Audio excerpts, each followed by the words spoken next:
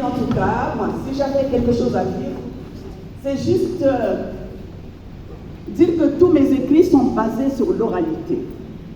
Je ne suis pas historienne. Et ça, je le dis à qui veut m'entendre. Moi, j'écris ce qui est dit, comme on raconte chez nous. Chez nous, tout est raconté. Ce que l'on appelle des contes, les histoires. Au fait, ça fait partie de la vie d'une certaine manière de vivre dans notre entité. Alors, c'est pour cela que dans l'introduction, j'ai mis en avant l'oralité pour que vous compreniez ce que nous allons dire entre-temps. Les peuples africains en général, le peuple téké en particulier, ont toujours usé de leurs traditions orales qui ont une portée didactique. De plus, en parlant du roi Hilo Ier, l'oralité permet de préserver les traditions et des connaissances non écrites, enrichissant ainsi la culture collective et la mythologie d'un groupe humain.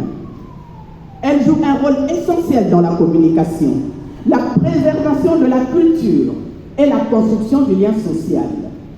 Le fondement du royaume téké tient dans la transmission, la directrice l'a dit, qui permet de préserver la culture et l'identité d'un peuple, tout en favorisant la continuité des histoires, des coutumes et des savoirs à travers les générations. Et joue un rôle crucial dans la transmission du patrimoine culturel.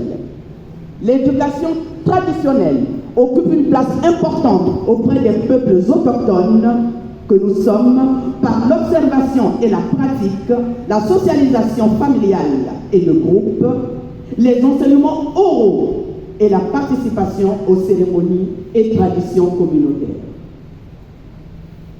Ce que je vais vous apporter, ce n'est autre que ce qui m'est raconté. Qu'est-ce qui m'est raconté?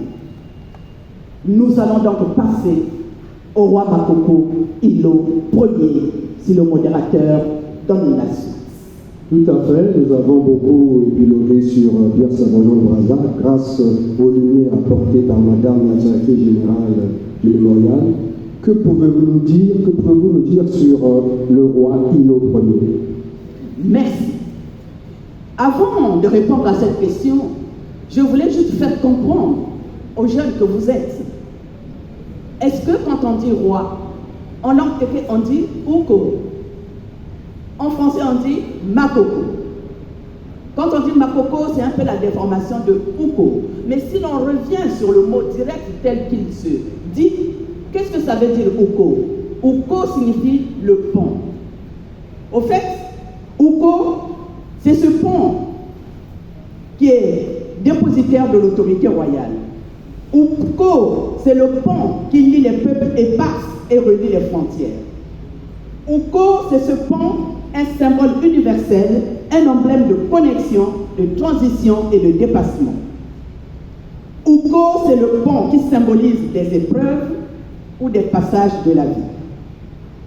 Uko est le pont, un symbole puissant qui évoque les transitions, des défis et des mystères. Uko, naturellement, est le gardien de la culture, de la tradition, de la spiritualité, de la communauté.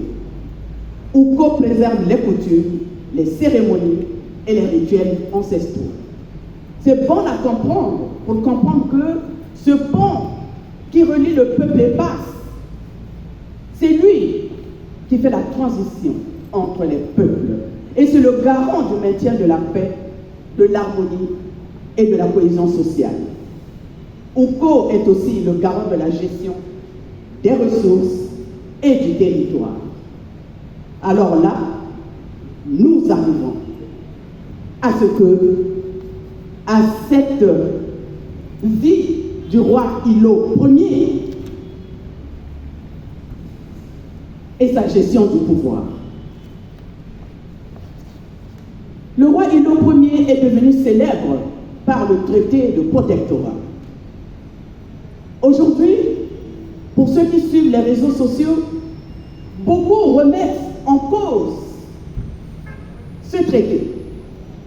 Mais j'ai envie de dire, les jeunes, l'histoire d'un peuple, on ne réécrit pas l'histoire. L'histoire, on l'a subie. Même si nous pouvons la faire évoluer. Mais ce qui s'est passé, on ne refait pas le passé. Ce que nous devons savoir, ce que nous devons chercher, c'est connaître ce qui s'est passé, comment ça s'est passé. Après, si nous nous posons des questions, pourquoi ça s'est passé comme cela? Est-ce que le roi avait? Est-ce que le roi devait? Ça, c'est autre chose. Mais en ce qui me concerne, je suis très très heureuse de pouvoir parler du roi Hilo Ier, celui-là grâce à qui le Congo a une histoire. Car la base d'un pays, le fondement d'un pays, ce sont ses racines.